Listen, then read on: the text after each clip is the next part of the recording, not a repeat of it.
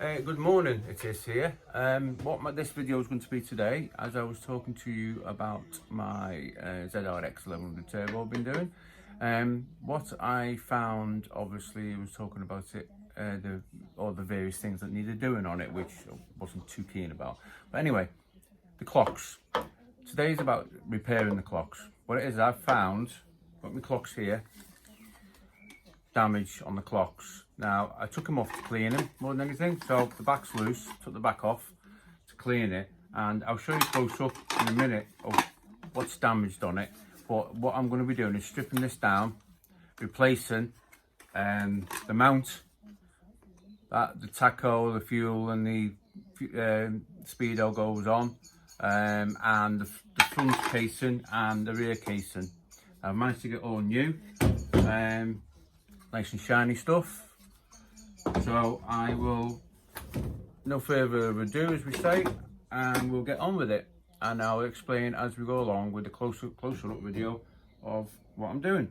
Now, before I started, what I did is I take note of where the wires went, especially the ones that are screwed on the board, but I'll explain that as I go along, and I wrote them down, or you can take a photo or anything of that sort of things and go from there. So no further ado, I'll get on with it.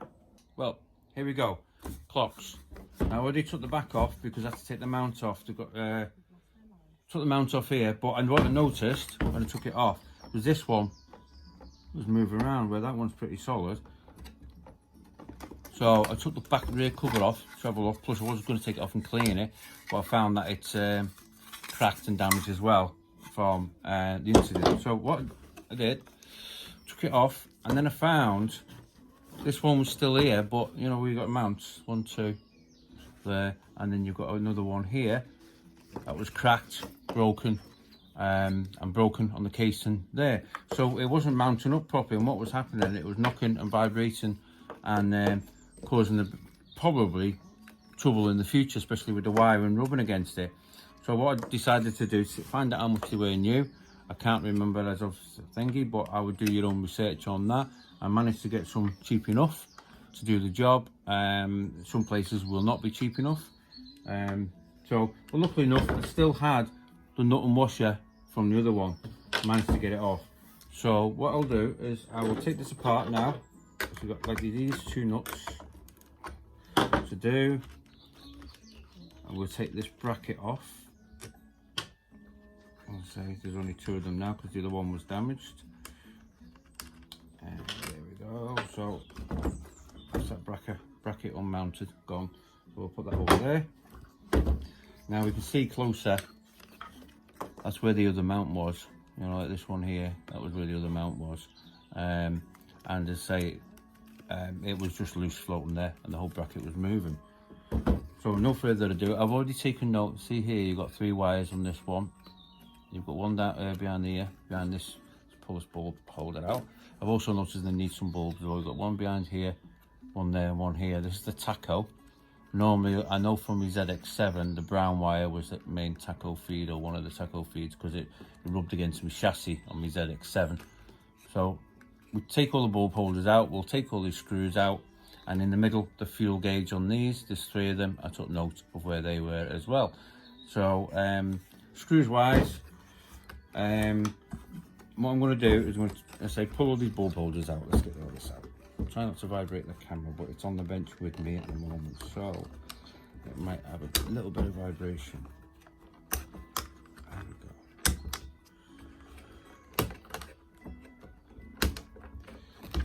As I say, I've got some bulbs I need. Now they are glass bulbs. They're called capless. Now these ones are 12 volt or 1.7 watt, those ones. The smaller ones, it's pretty hard to see on it. Just seeing on that one. Actually, it says 14 volts on that, but the 3 watt, they're quite a bit brighter. You can get 2 watt ones as well. Yeah. So they're fine. Most of them are fine except for one. I think I need one, that one there.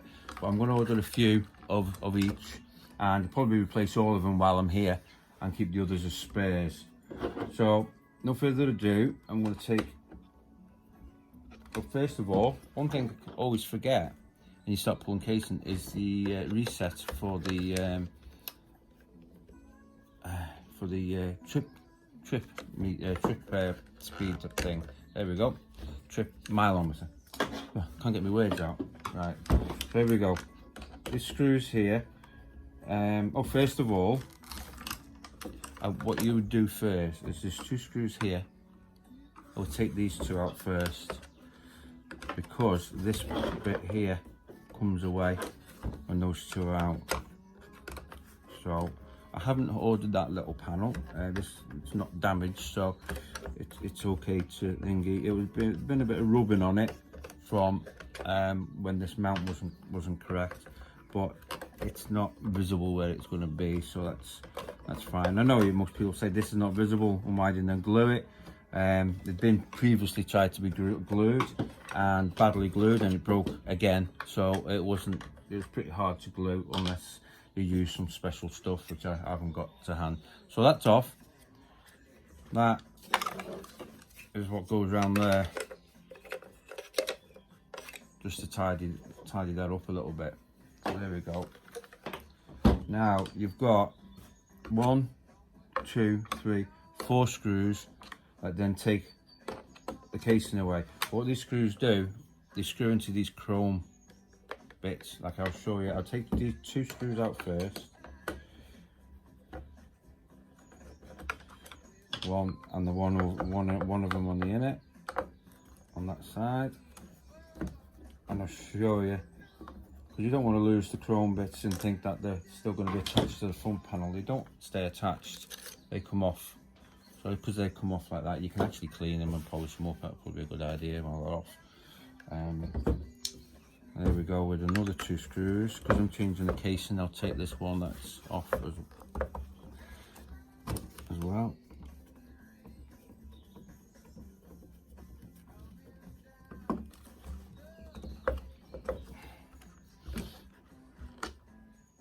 One.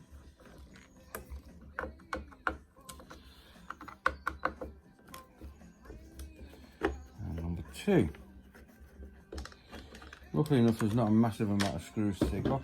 So when you pull this off now, outer casing comes off, obviously the chrome bit again. So I've managed to get a new one of them as well, partly because it's cheap enough. We've got a bit of, like, you see the white numbers not thingy. I know it's immaterial for a bike of its age, you wouldn't really worry about it, but I've decided to do that. Now, I'm going to take the speedometer out first. Speedometer, we've only got 2. So we'll take these 2 screws. These are all self-tapping screws except for the 8mm nuts that hold that bracket on. Be careful, on the other side the gauge will fall into your hand. Now you don't want to damage the needle or anything on the gauge, so I'll be particularly careful. There we go, it's out. Simple as that. You can even see all the workings in it. All the numbers. So you don't have a number past. They've only got, like, what is it? 4 numbers. 4 numbers. So they don't expect you to do 100,000 miles on these bikes, but who knows? Modern bikes do have them. They are a lot better. So the middle one, as I say, I have taken note of where the wires go. And the middle one is the fuel gauge.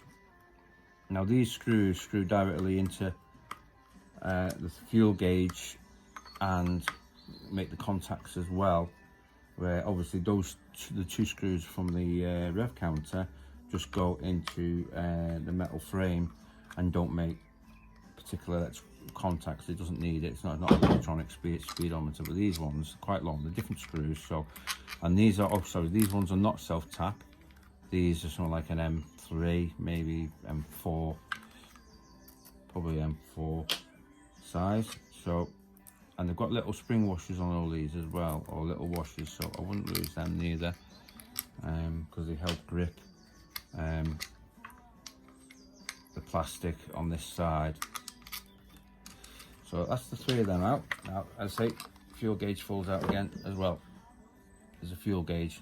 And as I say, the screws on this way, if that's that way around, screw in there, there and there into those holes, and they make up the contacts. You can see where the solder is on the particular places, contacts. So they make up the contacts for the fuel gauge. I'm not too sure how good early fuel gauges were. Now this is the tacho one, 3 wires again, and these just screw into, sorry, these make the contacts as well as screwing the thingy, the tacho to this back plate. So tacho's loose, there we go, tacho's out, and the screws on these screw into the board, the circuit board. You can probably see one there, here, and up here, and they're not self tappers neither, they're threaded. So that's the tacho off. So these screws are slightly different as well from those ones. Those ones are brass ones and longer. These are shorter and look more like an aluminium or a steel type.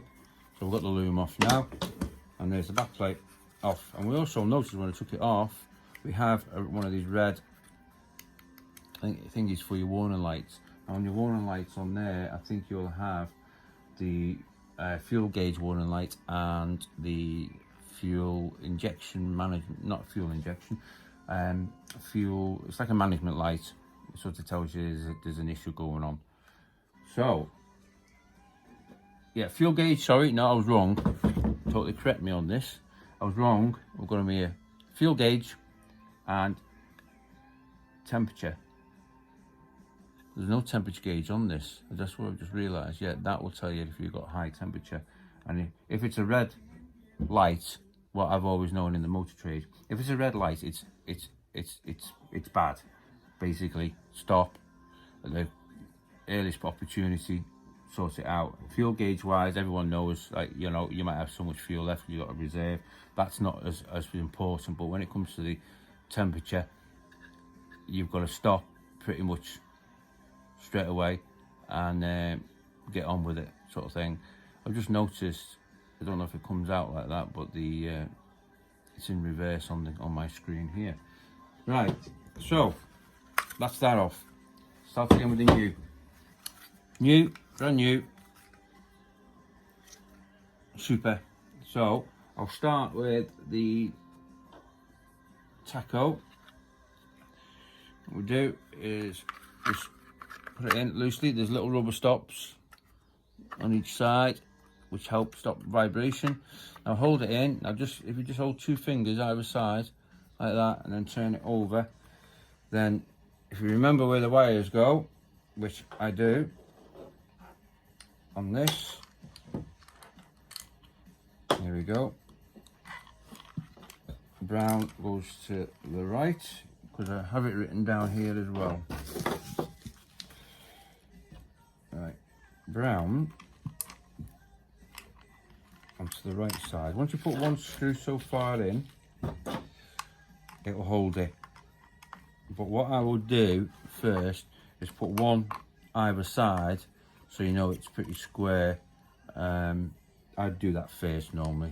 And you can always tell from these wires, 2 of them are shorter anyway, so you should be less likely to mix them up.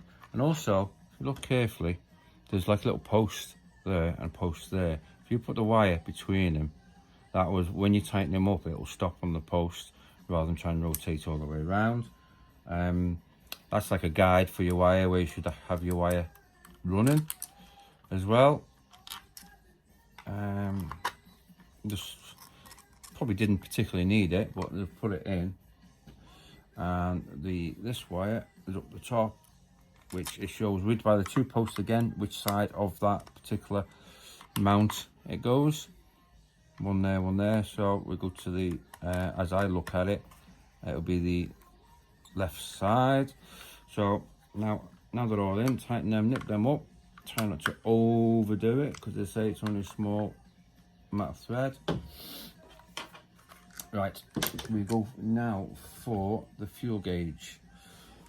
this one, push it up, they will locate into those 3 or those 4 recesses, so you know exactly in the right place. And then again, 2 fingers either side of the gauge, and then brown on the left. So this is my left.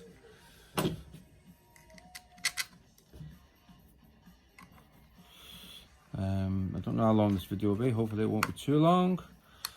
Brown on the left, and then we've got the middle black and yellow, which is this one. So we'll run that this side. And then the other one is a yellow and white. Yeah, this one's a black wire with a yellow trace. The other one's looks like more, well, it's 50-50. I think they're both 50-50 by the looks of it. So 2 or 3 in there. Once you put all 3 in loosely or enough, then I would nip them up, because if you try and nip one up first and try and nip the others in, if it's not quite right, it might cross thread. That's the last thing you want. And then now, speedometer. Go in again. Once it's in, it should locate pretty easy. Again, 2 fingers either side. Now these screw holes are not as easy to line up, so if you don't have this in that, because that moves them backwards and forwards, you need to have it pretty much central. If you have it all the way up that way or all the way that way, it will be slightly off to line up the screw holes. So loosely one in, right, and then move it around so that the other one lined up. And get it in first. Ooh. Finicky little thing. I've got a rather big, let's get it on the screwdriver. I've got rather big fingers, big hands, big fingers, 6 foot odd tall, so it's one of them. It's when you're so tall, you have quite awkward hands to be able to get into these little finicky places. So there we go, all in. So now I'm going to put the front casing on, and then I'm going to pop the bulb holders in. So front on, don't forget your chrome bits. They only go particularly one way, because see, that won't go that way, so it will go that way. There we go, 1, and that will go that way, 2. Hold fingers on so they don't fall off. Now the screws for this are these smaller ones. So I'll put the inner 2 in first.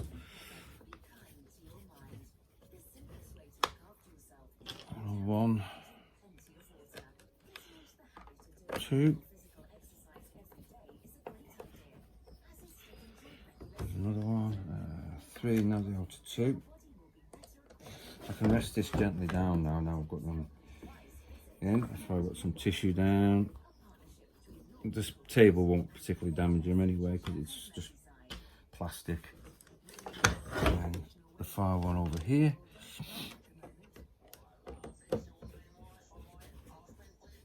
As I say, don't over tighten again, because once you get to over tighten, you'll find the screw just keeps on going round. I tend to do thumb and finger, and then instead of using your full hands, especially when you get to the end of the thumb finger, that's enough, sort of thing. Unless you've got very strong thumb and fingers, then you still might over tighten. Thumb, finger, there we go. So next bit, put on, all that's on, it's nice and tidy. We'll put this trim on now, because once we've got the thingy plate on, the mounting plate on, we probably won't get to those, well, we won't get to the screws on these. So I'm just going to get 1 and 2.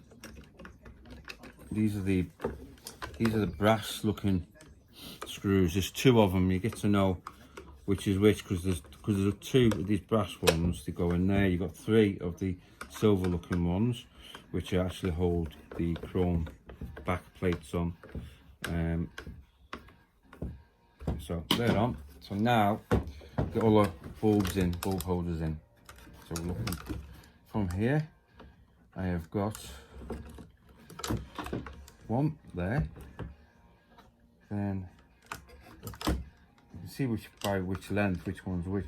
But what I would also do is take a note where these go, because I'll double check later. I've got them on photograph. Partly because if you put the wrong bulb holder in the wrong place, if you got a fuel warning light come on, it might come up, say your indicator's on or something. So, but you can tell from looking at them that there's only particular places they can fit by the length of the wires. But just for safety's sake, yeah, I would do that. Right, so there we go. Bulbs in. Bracket. There's only one way that'll go. It won't go that way. It'll go that way. The screws here have to be on the outside, pointing out, because then they mount to your big frame bracket. Right, washers. 3 washers. 1, 2, 3 washers. 3 nuts. 8mm. They are 8mm. That's the size of the spanner you use, not the size of the thread. The thread is going to be smaller. 8mm is quite large for motorcycle stuff. I have worked on wagons before, so they're very massive, is the word, humongous. Got a socket set over there, which is what I use for my wagons, and we go up to, I think, 60mm socket on it. And we're talking like a full inch drive they are as well. I did have a full inch, 1 inch drive, what you call it, torque wrench. But unfortunately, when the business went bust, it was left in the van and I didn't get it back. Anyway, back chrome piece goes on now. So we've got screws on here. We've got one in the middle, one on each back of these. That's why you've got 3 silver ones. These are self-tap, so too much in and out could cause them to ruin the plastic. So there we go. 1, 2.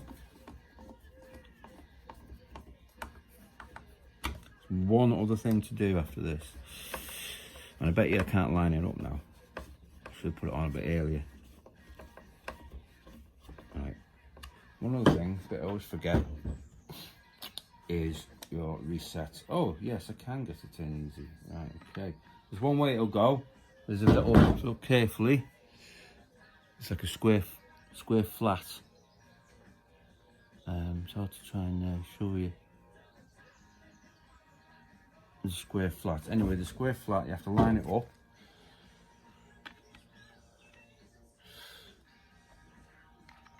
There you go, line it up.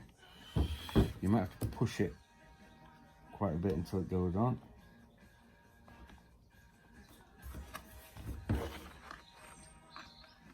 Actually, I think I'm touching on the rubber.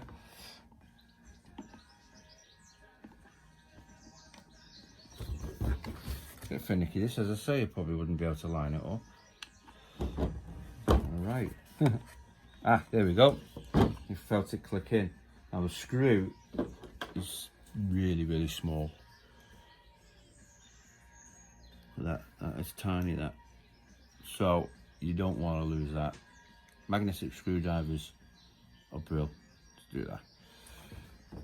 So in the middle, screw in. I say not too tight. You'll soon know. I say thumb and finger again. It's screwing into. Here we go. It's not a self-tapper. It's screwing into a thread, which must be a tiny amount of thread. Well, there we go. We're done. Clock's done, looking nice and tidy. Ready to go back on. Except for the bulbs, I'll have to take the back off again just to replace the bulbs I need to. There you go. Next video, I'm not sure what I'm going to do yet on the next video. It could be, I've got a tank to do. I've got a tank to try and get rid of all of a bit of thin film of like rusty stuff that got into the carburetors. So I've got that to do. I can put the front end back on the bike. It's a shame really, because I want to get both wheels need new tires, so it would be ideal if I could change the tires first. But with this lockdown thing, it's quite difficult for garages. Some garages won't do it because it's not essential. So I'll probably end up putting them on and I can take them off again. But at least I can move the bike around once I've got the wheels back on. I've got the rear, I've got the chain inner sprocket to change, which is badly hooked. I've also got a new chain and a new rear sprocket. The rear sprocket's already mounted to the hub, ready to go on the rear wheel. So there's that to do, and that'll be like using a soft link to seal, to lock the chain rather. Some older bikes still use split links, and in drag racing I still use split links, but you're checking it after every run anyway. So there's that to do, and there's a few other things to do yet. And also for all those people who have been wondering what's going on with my H2 project, the 300 horsepower bike, which is a bit of a sore point really. But what happened is, probably about 18 months ago, even now, I was building it, got to a point where it was rattling its head off every time I started it, and it wouldn't tick over correctly, and so on. So we thought it could be quite a few other things, so I checked everything, and then they were saying because I had to repair the loom, engine builder said, can you check everything on the loom? So I basically took the loom out again, checked everything, rechecked all the solder connections, any other crimp connections, went through the whole lot, put it all back together, got it running yesterday. Still rattling its head off, ticking over a bit better, because I think one of the air pipes that wasn't on properly the other day, and that's what then. But anyway, did the video, sent it to the engine builder. I said, I'm seriously getting something not quite right. This sounds like top end. Obviously he done a repair on the oil pump guide chain, kept going loose. He's done that, and also while he was there, he did some work on the cams. So I took the engine out. Took me about 4 hours yesterday to get it out. A bit of a pain in the backside job, because there's 4 bolts at the back of the engine, a bolt to the back of the engine, and go through a plate, a big plate that the swing arm goes through.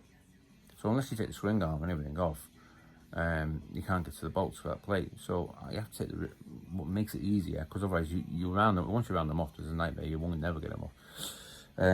So what I had to do, take all the rear subframe off. So got it out, took it up to him. The story is, left it on me. The story is, he rang me this morning.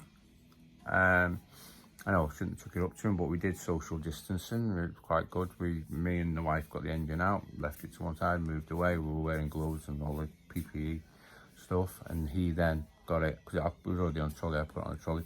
He then took it in. He was wearing gloves, and he normally totally cleans all the engine anyway before starting anywhere. So anyway, rang me this morning, found out what the problem was. Cam chain tensioner. Watch out for this, you H2 guys, if you start getting around. The cam chain tensioner, for some reason, brand new one it was, it went in because we put a new chain, new tensioner in, wasn't putting enough force on the chain. And what was happening is, even doing it around it by manual, you could hear this chain clicking, slapping. Didn't go loose enough to jump a tooth, so it didn't cause any damage.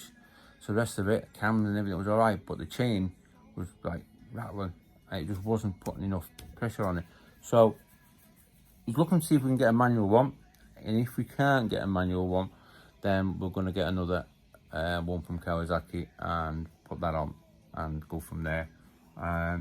We will see what's what. Now, yeah, he did say when he built it, yes, he checked it, and sometimes they're always a little bit loose because you have oil that goes in those tensioners to firm it up, and he was thinking, right, it'll sort itself out once it's firmed up, but it didn't. So at least we've got to the bottom of it.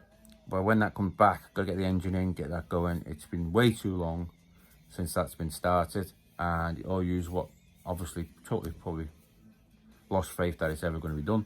It is going to get done, and this lockdown is going to get me a chance to do it. I assure you it will be done, hopefully before the lockdown is ended. As soon as he's got the tensioner and got it done, sorted, we'll go up and get the engine again, get it back. It will take a lot longer to put the engine in, so it will be interesting. But if I just turn the camera, you see just behind me the bike where it is at the moment. Took the engine out.